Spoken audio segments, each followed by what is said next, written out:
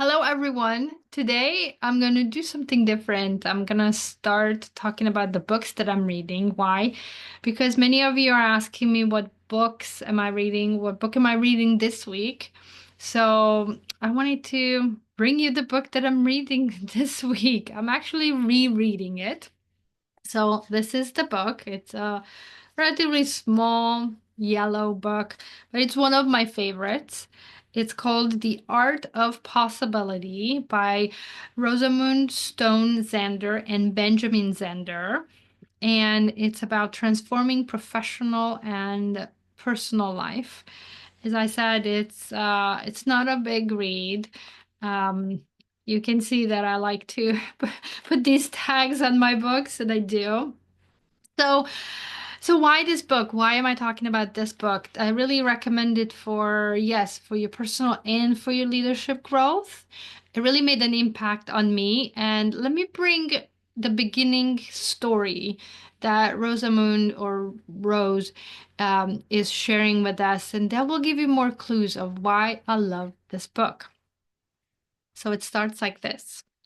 A dozen summers ago, I signed up for my first whitewater rafting trip on Maine's Kennebec River, traveling overland in a rickety bus to reach the launch point. I paid close attention to the guide standing in the aisle as she undertook our education about this popular sport. Now, this reminded me of the time that I went water rafting for the first time, and I remember the guide standing on the bus and the rickety bus drive and telling us the instructions. If you fall out of the boat, she said, it is very important that you pull your feet up so that you don't get a foot caught in the rocks below. Think toes to nose. She stretched and then demonstrated it. And then look for the boat and reach for the oar or the rope. Our guide chattered on as we bumped our way towards the river. Most of us had been on the road since 4 a.m. and were feeling sleepy and mesmerized by the vibrations of the bus. Yes, you're tired by the time you get there and sleepy.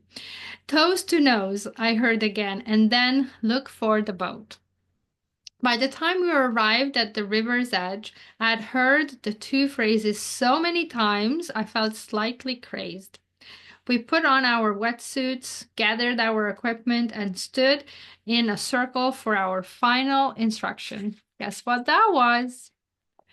If you fall out of the boat, what do you say to yourself? Toes to nose and look for the boat. We chimed. Someone here is mentally challenged, I thought, as we climbed into the boat and started downstream.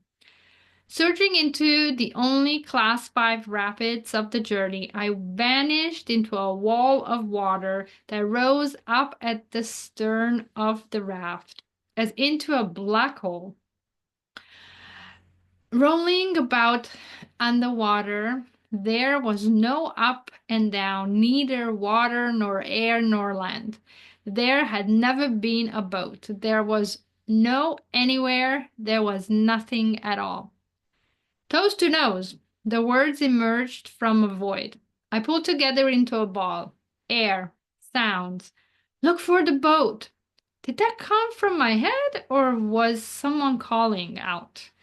The boat appeared and an oar. Reach for the oar. I did and found myself in a world inside the boat on the water traveling down the Kennebec in a spew of foam. Since this experience, I have used the metaphor out of the boat with many people in different situations. When you are out of the boat, you cannot think your way in.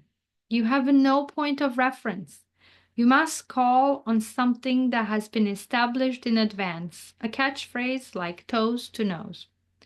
Now, this is why I love this book, because I believe this as well. You cannot think yourself into the boat.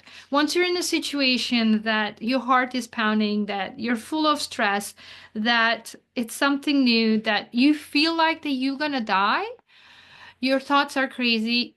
Your amygdala is actually not helping you. It cuts off thinking and rational thinking and decision making. So the only way to survive those situations is to have these predetermined solutions that you can remember using a catchphrase and to set yourself up for success. And this book really helped me to think this way. So let me, before I let you go, read you these catchphrases that are the title of the chapters and entice you with them. And again, um, I was trying to pick a few to talk about the chapters, but I like them all. They're all very distinctive. They all have a role, and I can see connection between all of them. So instead of choosing one, I'm just going to read the list to you and let you have a taste. It's all invented. Stepping into a universe of possibility. Giving an A. Being a contribution. Leading from any chair.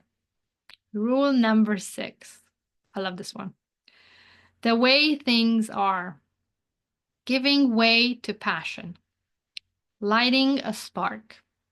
Being the board. Creating frameworks for possibility. Telling the we story. So again, this is the book I'm rereading. I hope that you got curious too and that you're gonna give it a shot. Thanks.